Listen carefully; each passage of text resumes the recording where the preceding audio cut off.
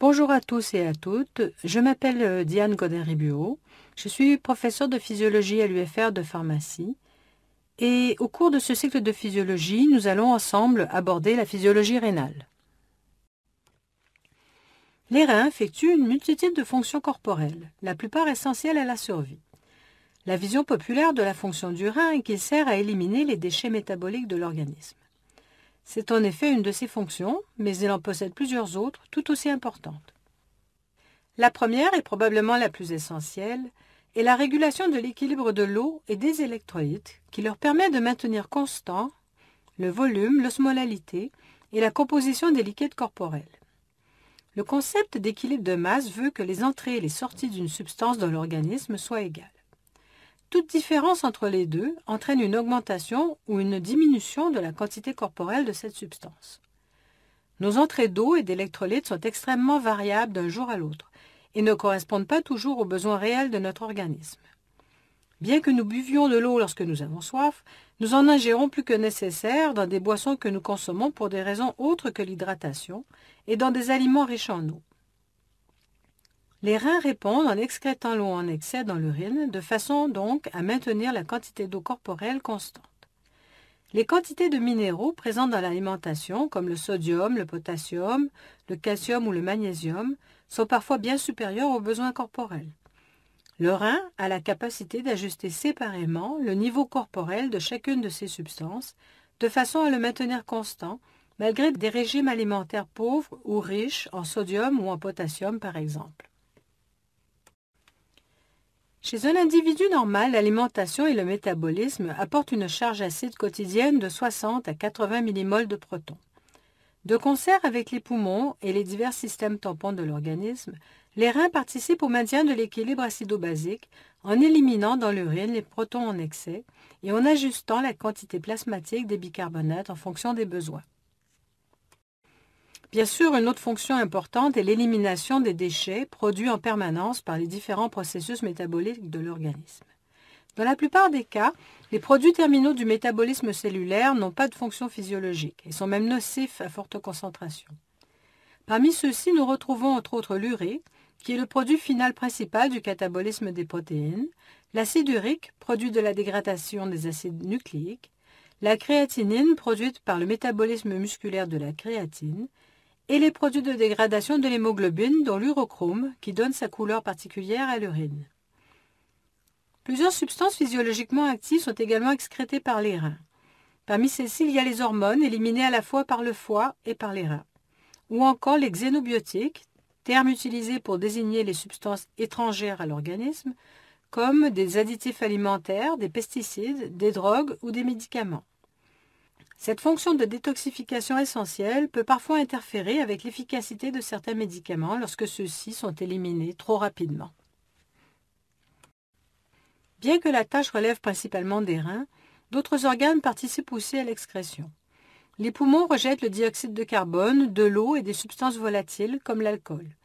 Les glandes sudoripares et les glandes salivaires rejettent de l'eau et des ions, et finalement le foie rejette de nombreux produits dans la bile qui permettent d'excréter des déchets métaboliques comme la bilirubine, produit de dégradation des hémoglobines, des médicaments et des toxiques.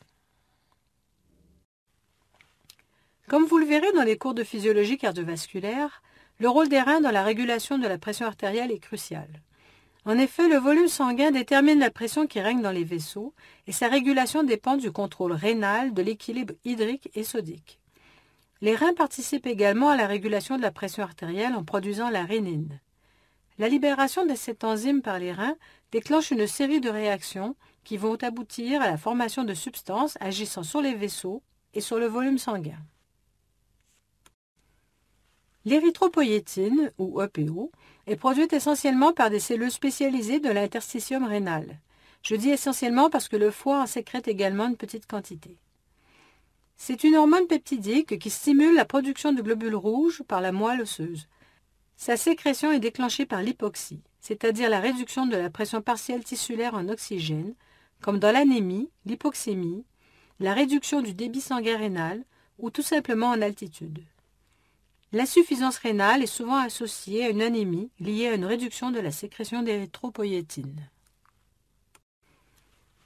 Le rein ne produit pas la vitamine D, mais des enzymes rénales effectuent la conversion de la vitamine D3, produite dans la peau à partir du cholestérol ou celle d'origine alimentaire, en sa forme active, la 1,25-dihydroxyvitamine D3. Cette dernière étape de la synthèse de la vitamine D est régulée au niveau rénal par les hormones responsables de l'équilibre phosphocalcique. Finalement, une dernière fonction méconnue des reins est leur rôle dans la néoglucogénèse. Il s'agit de la synthèse de glucose à partir de précurseurs non glucidiques comme le lactate, le pyruvate, le glycérol ou les acides aminés. Comme le cerveau et les globules rouges dépendent presque exclusivement du glucose comme source d'énergie, c'est un processus important en cas de jeûne car les réserves en glucose du foie s'épuisent très rapidement. Environ 90% du glucose ainsi formé sont synthétisés dans le foie et les 10% restants dans les reins. Toutefois, en cas de jeûne prolongé, la contribution des reins devient très importante. Le rein régule la composition de l'environnement interne par un mécanisme d'ultrafiltration du plasma suivi d'une modification sélective du filtrat. Pour ce faire, il va utiliser 3 grands processus représentés sur ce schéma très simplifié de la fonction rénale. Tout d'abord, un processus de filtration, au cours duquel une fraction du plasma est filtrée et sort de la circulation sanguine pour passer dans un système de tubules. Il s'agit en fait d'un ultrafiltrat, puisque la plupart des protéines ne passent pas le filtre rénal. La composition de cet ultrafiltrat est donc identique à celle du plasma, hormis les protéines. Tout ce qui est filtré est au départ destiné à être éliminé dans l'urine. C'est pourquoi on appelle également l'ultrafiltrat urine primitive. Lorsque l'on sait que les reins produisent 180 litres de filtrat par jour, il est facile de comprendre que sans réabsorption, la totalité de notre volume plasmatique, qui est en moyenne de 3 litres, serait ainsi éliminée dans les urines en moins d'une demi-heure. L'urine primitive va donc être modifiée par réabsorption, mais également par sécrétion. Lors de la réabsorption, l'eau et les substances dissoutes, essentielles à l'organisme, retournent du filtrat vers la circulation sanguine. A l'inverse, la sécrétion est un processus au cours duquel les substances indésirables ou en excès sont extraites du sang et passent dans l'urine primitive du tubule rénal. Attention, il ne faut pas confondre la sécrétion avec l'excrétion, qui consiste à éliminer une substance en la faisant sortir à l'extérieur du corps. Ainsi, la quantité d'une substance excrétée sera égale à la quantité filtrée moins la quantité réabsorbée plus la quantité sécrétée dans le tubule. Ainsi, chaque jour, presque 200 litres de liquide sont filtrés et remaniés lors de leur traversée du tubule rénal. Ceci veut dire que tout notre volume plasmatique est filtré plus de 60 fois par jour. Au final, 99% de ce liquide sera réabsorbé et environ 1,5 litre d'urine sera définitivement excrété. Et comme nous allons le voir dans les prochains chapitres, sa composition sera radicalement différente de celle du filtrat initial. Les cours de ce cycle de physiologie vont faire appel à un certain nombre de notions abordées lors du premier semestre en biophysique et en biologie cellulaire. Et surtout, j'attire votre attention sur le fait que le cours d'anatomie rénale fait partie de ceux que vous devez faire dans le cycle actuel. Je vous conseille donc fortement d'écouter dès à présent le cours du professeur Chaffanjon, car il contient des notions que je n'aborderai pas, mais qui d'après moi doivent être vues avant de commencer la physiologie rénale en tant que telle. Comme le rôle essentiel des reins est avant tout le maintien de la composition et du volume des liquides corporels, nous commencerons dans un premier temps par décrire les aspects statiques et dynamiques des divers liquides de l'organisme. Puis, après un bref aperçu de l'anatomie du néphron et de sa circulation, nous aborderons la fonction rénale en tant que telle, avec la filtration glomérulaire, la clairance rénale, puis la réabsorption et la sécrétion tubulaire. Et si vous avez envie d'approfondir encore plus ces notions, je vous recommande tout particulièrement ces livres dont je me suis largement inspirée pour préparer les différents cours de physiologie rénale.